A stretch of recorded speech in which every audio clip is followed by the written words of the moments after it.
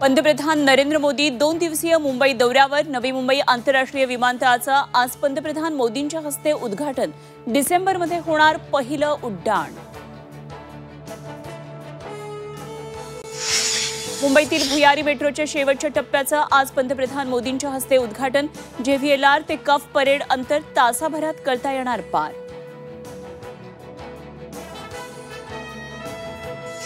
महामुंबईची सफर एकाच तिकिटावर पंतप्रधानांच्या हस्ते आज होणार. मुंबई वनचं उद्घाटन. मुंबईकरांना आता एकाच तिकिटावरून प्रवास करता येणार.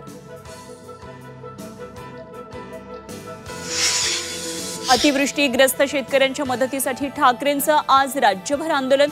हेक्टरी 50,000 मदतीची मागणी. संभाजीनगरमध्ये अंबादास दानवे आणि चंद्रकांत खैरे करणार आंदोलन. राष्ट्रवादी काँग्रेसच्या बैठकीत अजित पवार विरुद्ध छगन भुजबळ नाराजी नाट्य. काही नेते विशिष्ट जातीवर टोकाची भूमिका घेतात, त्याची किंमत पक्षाला मोजावी लागते. छगन भुजबळांसमोरच अजित पवारांनी व्यक्त केली नाराजी. जरांगेंना आज रुग्णालयातून डिस्चार्ज मिळण्याची शक्यता. जरांगे आज पत्रकार परिषद घेणार.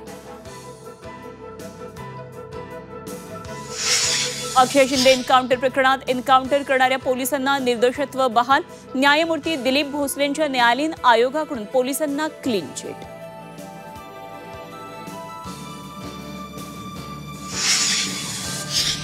मला उगाच बदनाम केलं जात असल्याची कार अपघातानंतर गौतमी पाटीलची प्रतिक्रिया. अपघात झाला त्यावेळी मी गाडीत नव्हते. रिक्षा चालकाच्या कुटुंबानं मदत नाकारल्याचंही वक्तव्य.